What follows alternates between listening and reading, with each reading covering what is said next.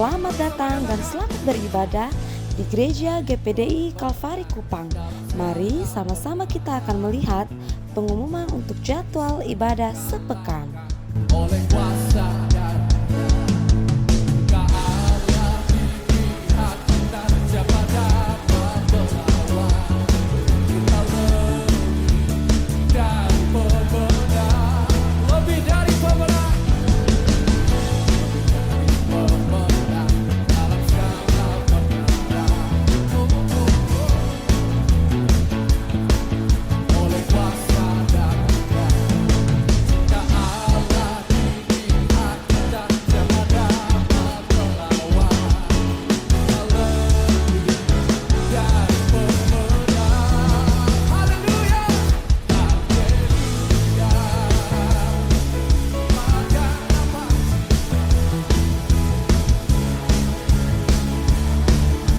Kami juga mengucapkan selamat datang untuk para jemaat yang baru pertama kali bergabung di Gereja GPDI Kalvari Kupang.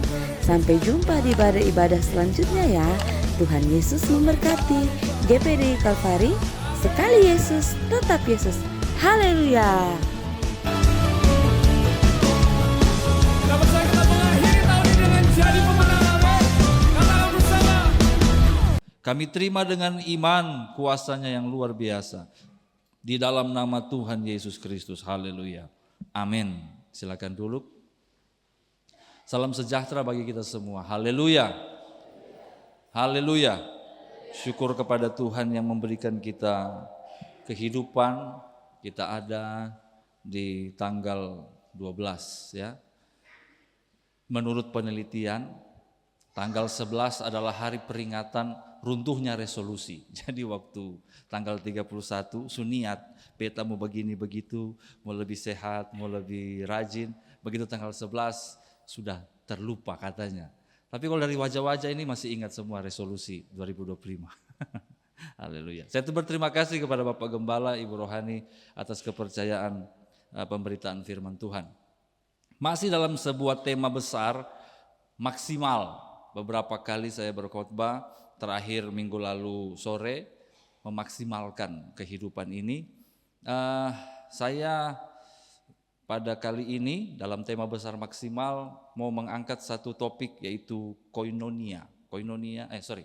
metanoia. Metanoia dalam terjemahan umum artinya pertobatan, tetapi dalam terjemahan yang lebih detail, metanoia adalah satu perubahan pikiran. Satu pertobatan yang melibatkan perubahan pikiran. Dan kita memang perlu mengalami perubahan pikiran kalau mau ada pemaksimalan dalam hidup. Kalau hidup kita mau maksimal, kita harus berubah dari dalam. Nah, teks yang akan kita pelajari adalah belum jauh-jauh dari Lukas pasal 2. Teks Natal yang saya yakin sepanjang bulan Desember berulang kali kita mengikuti acara Natal dan kita membacanya. Saya masih khotbah Natal tanggal 10 kemarin, saudara. Jadi saya tidak tahu apa minggu depan masih ada undangan acara Natal lagi. Sudah lewat waktu. Jadi kita terus-menerus dipapar oleh teks ini. Nah, kali ini kita akan membaca bersama-sama Lukas pasal 2 ayat 15. Lukas pasal 2 ayatnya yang ke-15. Yang sudah lihat katakan amin. Puji Tuhan. Sama-sama kita baca. 1, 2, 3. Setelah malaikat-malaikat itu meninggalkan mereka dan kembali ke sorga, gembala-gembala itu berkata seorang kepada yang lain, marilah kita pergi ke Betlehem untuk melihat apa yang terjadi di sana, seperti yang diberitahukan Tuhan kepada kita. Perhatikan kalimat-kalimat ini. Setelah para gembala itu mendengar kabar yang luar biasa. Kabar yang datang dengan cara yang sangat spektakuler. Di tengah malam gelap mati, ada malaikat Tuhan bukan cuma satu pasukan. Satu malaikat membawa berita, pasukan malaikat menyanyi dengan terang kemuliaan Allah yang dahsyat, kemuliaan sorga. Jadi ini adalah pengalaman yang sangat spektakuler. Tetapi Bapak Ibu, kalau kita lihat dengan detail, reaksi dari para gembala, mereka belum langsung bersukacita. Mereka belum langsung, bahkan belum langsung yakin bahwa apa yang mereka lihat dan dengar ini benar. Belum. Kita akan melihat ada perubahan yang terjadi dari para gembala. Tapi ini menggambarkan bahwa kondisi para gembala sebelum ketemu Yesus berbeda dengan kondisi yang kita perkirakan. Beda dengan saya dan saudara. Dengar baik-baik. Waktu para gembala selesai melihat penampakan yang spektakuler, dengar kabar yang sangat baik itu, reaksi mereka adalah berbicara seorang kepada yang lain. Dong langsung lihat kiri kanan. Dan kalimatnya adalah, marilah kita pergi ke Bethlehem untuk melihat apa yang terjadi di sana seperti yang diberitahukan Tuhan kepada kita. Beta kalau terjemahkan dalam bahasa sehari-hari, dong akan bercerita begini. Jojon, lu yakin? Joko marsuk atau lihat. Betul kok sonde. Ya, ada keraguan. Padahal baru lihat malaikat, baru lihat kemuliaan sorga, baru mendengar paduan suara sorga. Tapi Bapak Ibu lihat, para gembala belum terlalu yakin. Dilanjutkan dengan ayat 16, mereka cepat-cepat berangkat. Cepat-cepat, masuk, betul kok sode, lihat. Nah, saya mau jelaskan satu konteks supaya kita bisa paham ini dengan utuh. Bahwa sebenarnya kaum gembala ini pada masa itu, saya sudah sering bilang, bahkan khotbah-khotbah para pendeta juga sudah sering menjelaskan, tapi saya mau menjelaskannya lebih dalam. Orang-orang ini adalah orang-orang marginal, orang-orang terbuang dari masyarakat. Tetapi mereka juga adalah orang-orang yang paling sedikit, bahkan hampir tidak pernah mendengar kabar baik. Dalam pekerjaan para gembala, kaum gembala pada saat itu, mereka adalah orang-orang yang selalu terpapar dengan kabar buruk. Lagi duduk di tempat penggembalaan, tiba-tiba datang satu orang berkabar, kawan-kawan, serigala su ambil itu moli. Moli yang mana? Moli yang kalau mengembek begini. Oh yang itu, bukan yang bukan itu, bukan moli yang itu. Ini moli yang Kabar buruk. Kabar buruk lain, datang lagi satu orang dari kota. Kawan, lu sudah terlalu lama di sini. Seberapa minggu di ladang penggembalaan, lupung istri, tetangga subawa lari. Datang lagi kawan, ada kabar, apa lagi? Bos pecat ketong. Kenapa? Karena itu moli tadi serigala bawa, ketong dipersalahkan, akhirnya ketong dipecat. Sehingga membentuk komunitas kaum gembala ini sebagai orang-orang yang harus pragmatis, bahkan jahat untuk mempertahankan hidup. Mereka kemudian menjadi orang-orang yang cenderung manipulatif. Contoh, datang bos, mana moli yang B tadi? Aduh bos, sebenarnya tuh begini dong, mulai karang cerita. Supaya tidak dipersalahkan. Defensif mekanisme muncul dari dalam diri mereka. Mereka menjadi orang-orang yang bisa berbohong, bisa berdusta. Bahkan ada catatan, misalnya itu moli tadi bos semua datang besok, dong bisa curi dong pung kawan pung domba di padang yang sebelah untuk bawa supaya pas bos datang, mana itu moli? Bilang serigala su makan. Ini masih ada nih. Bukan, bos ada dengar cerita salah. Sehingga dalam beberapa catatan tradisi, kesaksian para gembala di pengadilan tidak dapat diterima. Jadi misalnya pun masuk pengadilan, lalu ada saksi pembunuhan, hakim akan tanya, pekerjaan gembala di Padang. Sudah hitung, kenapa? Tukang badusta ini. Jadi Bapak Ibu Saudara yang dikasihi Tuhan, kita sementara melihat satu kaum tanpa kabar baik yang datang kepada mereka, dan pernyataan-pernyataan mereka tidak bisa dipercaya, sehingga masuk dan keluar informasi dari dalam diri mereka kepada diri mereka, selalu informasi yang tidak dapat dipegang. Bukankah ini adalah gambaran situasi terburuk yang bisa dialami oleh manusia? Bapak Ibu dengar Bapak ya, ketong ini dibentuk oleh informasi apa yang masuk dalam diri kita. Dan ketong ini dinilai dari informasi apa yang keluar dari diri kita.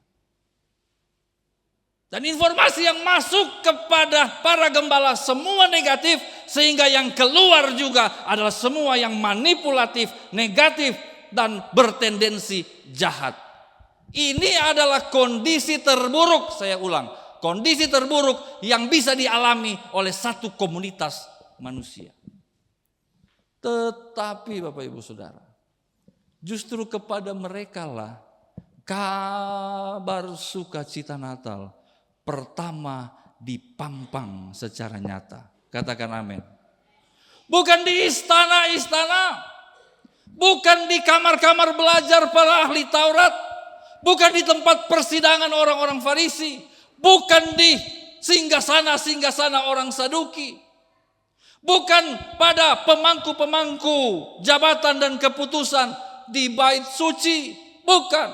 Tetapi di ladang penggembalaan, di padang yang dingin dan gelap, kepada orang-orang yang mengalami situasi terburuk.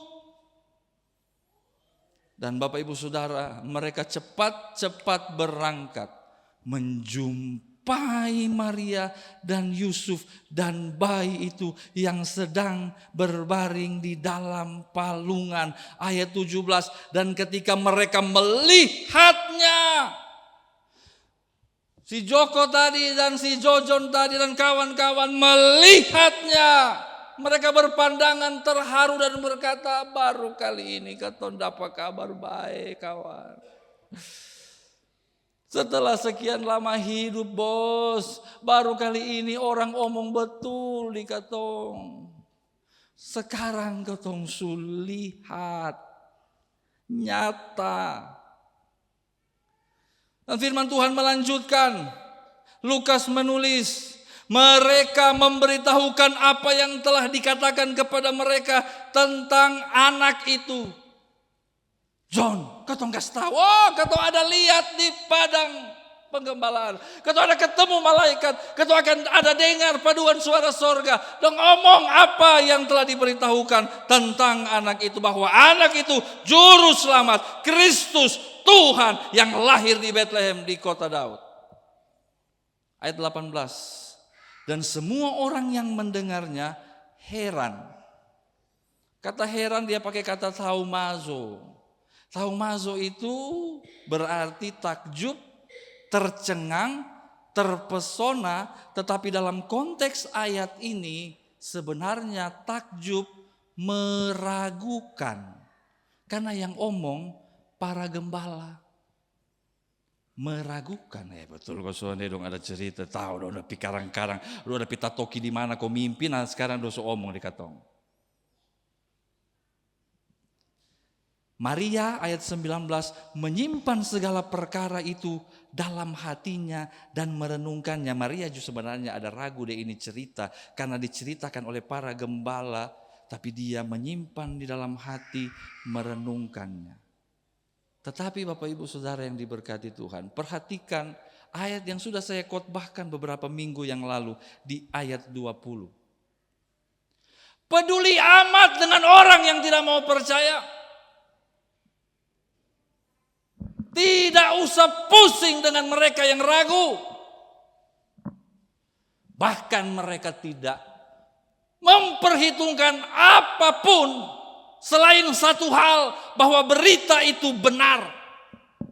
Dan di ayat 20 terjadilah sesuatu yang belum pernah terjadi di dalam kehidupan mereka seumur hidup mereka.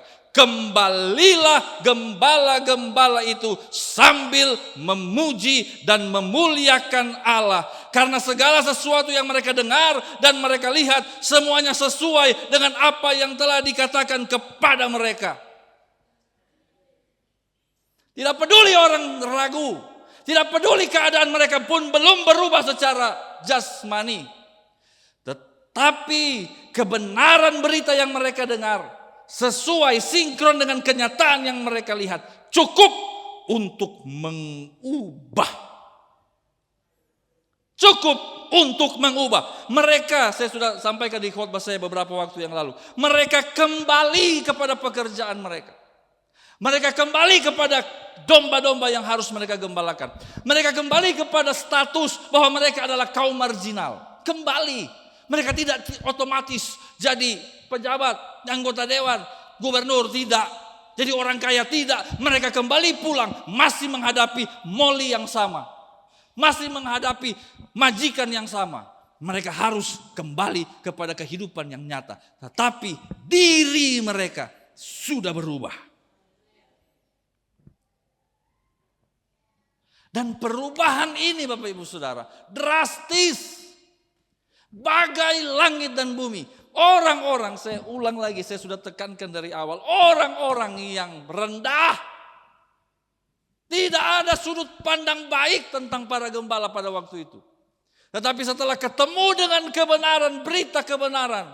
Dan nyata bahwa itu terbukti. Mereka berubah total dari orang yang paling rendah, dijuluki paling berdosa, tidak dipercayai, menjadi pemuji dan pemulia Allah. Ini metanoia, ini perubahan. Beta melempar satu kalimat pertanyaan kepada saya dan saudara. Sudah berapa kali kita merayakan Natal? Secara sadar. Sudah berapa kali kita dengar firman Tuhan.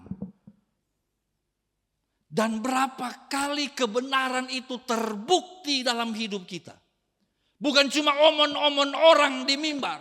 Tetapi waktu kita kembali ke rumah tangga, kembali ke tempat pekerjaan, kembali ke tempat usaha, kita temukan bahwa prinsip firman itu ternyata benar di atas segala kebenaran. Yang sudah mengalaminya katakan amin. Yang sudah mengalaminya lihat kiri kanan. Kalau dia senyum dia mengalami. Kalau belum sariawan itu. Tapi sudah berapa banyak perubahan yang terjadi? Itu pertanyaan penting, saudara. Natal adalah perubahan. Bapak Gembala memberikan satu tema yang luar biasa. Ibrani 1 ayat 1-4. Natal adalah perubahan. Sudah adakah perubahan? Ketong baru basi om tapi cicil-cicil. Pelan-pelan. Tahun ini yang berubah bepung alis. Nanti tahun depan turun pi bulu mata. 5 tahun depan uang tak cukup, idong be berubah. Bukan cuma mancung, tabalek. Supaya bisa menampung air hujan.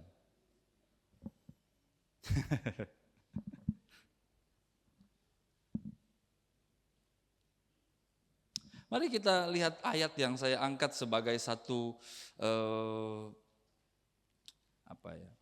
satu materi tentang memaksimalkan. Mazmur pasal 90. Kalau masih ingat beberapa minggu yang lalu ini sudah saya sampaikan. Mazmur pasal 90.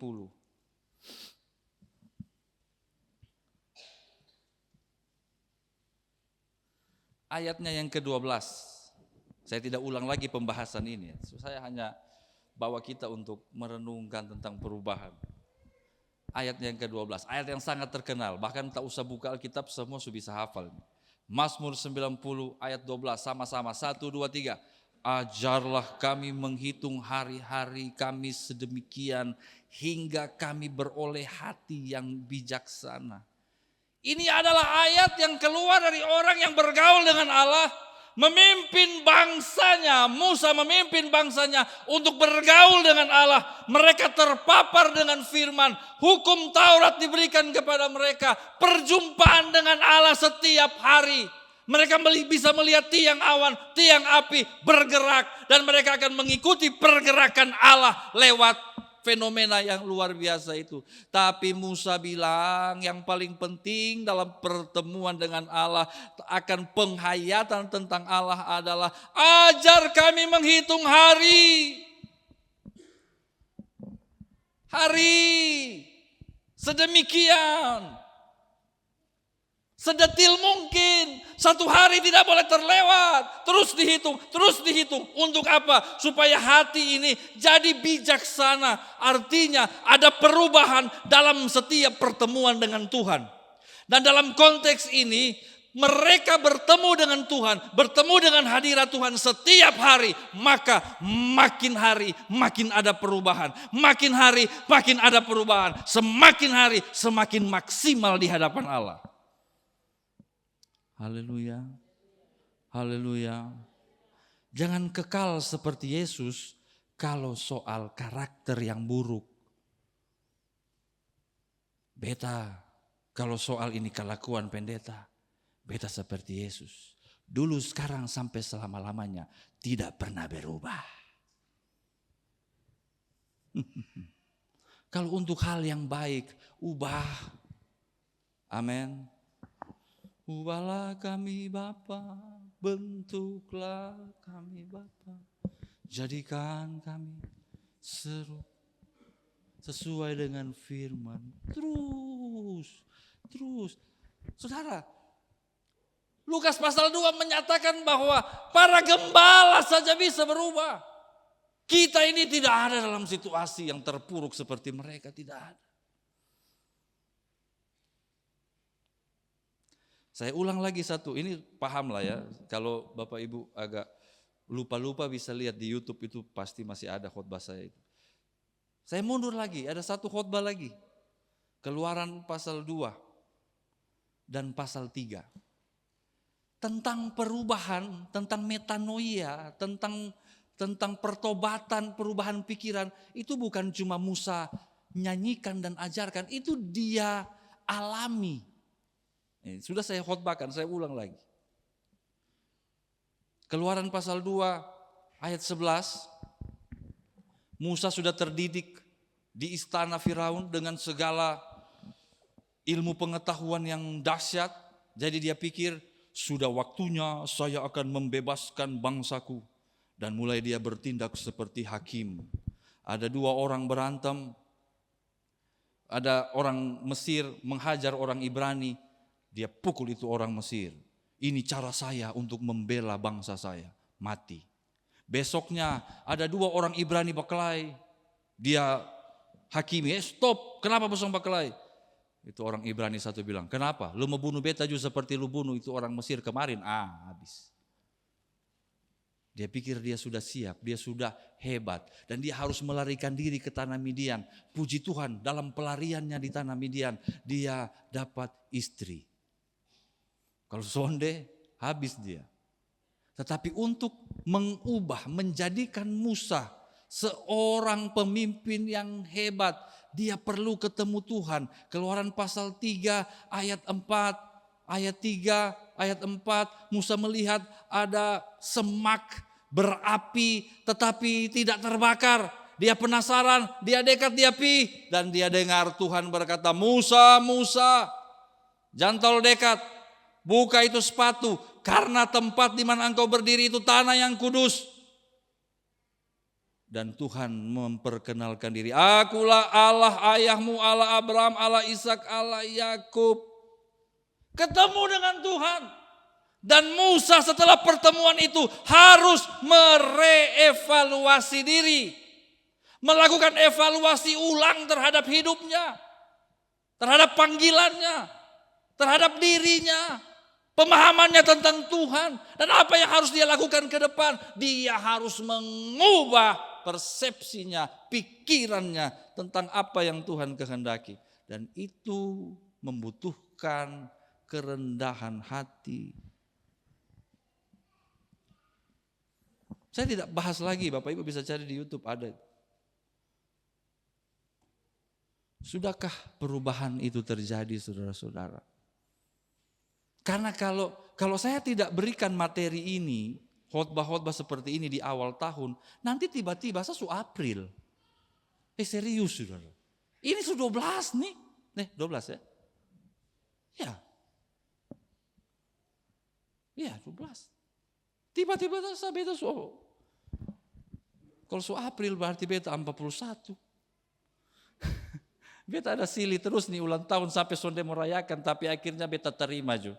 Setelah bergumul 2-3 tahun akhirnya saya terima, saya tahun ini 41. Dan April saya akan bikin acara ulang tahun. Yang pertama dalam jangka waktu sekian belas tahun. Istri saya dari belakang semua. Acara bakar-bakar saya. Sudahkah ada? Kalau ketong sonde perhatikan Bapak ini, saudara. Dia akan lewat, dia akan.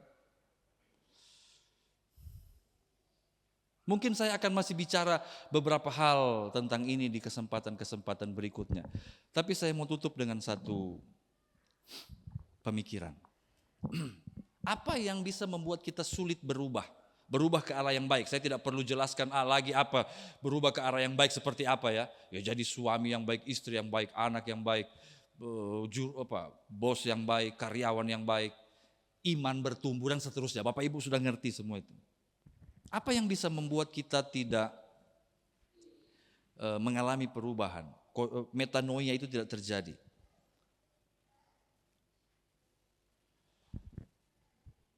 Satu hal yang saya bisa tarik dari pelajaran saya membimbing siswa-siswi sejak 2019.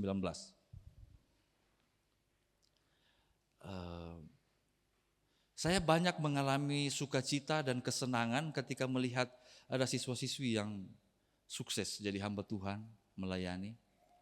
Tetapi banyak mengalami tekanan, bahkan pukulan secara perasaan ketika melihat ada siswa-siswi yang gagal. Dan kalau saya dengar ada yang gagal, beta sudah mengambil bagian mendidik mereka, memberikan masukan, tapi akhirnya juga gagal. Gagal dalam arti tidak melayani lagi, bisa sampai sakimah, saudara. Dan minggu lalu saya dengar satu kabar. Ada satu mantan siswi yang menurut saya punya potensi. Ya. Saya dan istri saya sayang nih anak ini. Dia bisa jadi gembala yang baik, khotbahnya di atas rata-rata. Lalu kemudian sudah melayani sekian tahun, harus menyerah dan jadi TKW. Tidak ada yang salah dengan jadi TKW, saudara-saudara. Tapi kan tidak perlu sekolah Alkitab untuk menjadi TKW. Betul ya? Ketika ditanya, saya tidak mampu menanyakan secara langsung karena saya akan emosional untuk hal-hal seperti itu. Jadi ada yang bertanya. Dan jawabannya adalah menyerah karena tantangan ekonomi. Karena alasan 1, 2, 3, 4. Dan ketika diajak untuk ayo ngobrol dulu dengan Kak Hit, Kak Rina. Dia bilang sudah, ini beta pikir matang-matang. Jadi inilah jalan yang harus dia ambil. Saya tidak mau menjadi hakim atas kehidupannya. Tetapi saya sampai pada satu kesimpulan. Selama ketong masih punya prinsip yang keliru, dan kekeliruan itu kita anggap sebagai kebenaran, lalu bak keras di situ, selama itu tidak akan terjadi perubahan. Oh begini, pokoknya harus begini, ini beta anggap ini betul, ini senada harapan. Tingkat 1, tingkat 2, tiap hari dikasih ini. Dan bukan cuma itu, dia sebenarnya tidak perlu menyerah secara ekonomi karena sudah ada tawaran pelayanan. Bukan dari nol, disponsori oleh seorang gembala. Penghidupannya secara jasmani aman. Dia bisa pergi ke sana dan melayani. Memang tidak di tanahnya sendiri, bukan di pulaunya sendiri, di pulau yang lain. Tapi dekat juga, hanya nyebrang sedikit sudah sampai. Tapi dia anggap ini yang benar. Ini masih kurang benar. Jadi sebenarnya alasan ekonomi itu tidak bisa diterima. Sebab sudah ada sponsor, sudah ada yang siap membantu. Tapi selama pikiran ini belum ditaklukkan, kita akan terus berjalan pada stagnasi. Gak jalan, tidak ada perubahan. Begitu terus. Dia ketong lihat ini manusia, perasaan dari 10 tahun lalu, kelakuan begitu sampai sekarang. Iya, di sini belum terjadi perubahan. Belum ada metanoia.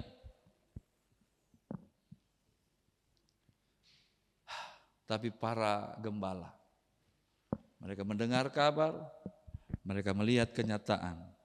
Mereka pulang kembali ke kehidupan mereka, memuji dan memuliakan Allah. Terjadi perubahan pikiran dari dalam. Perubahan yang dari dalam tidak akan mungkin digoyahkan oleh apapun.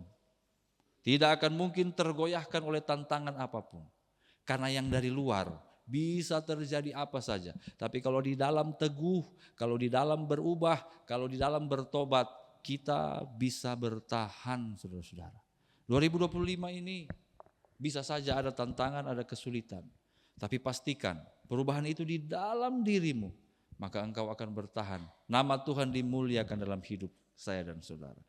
Amin.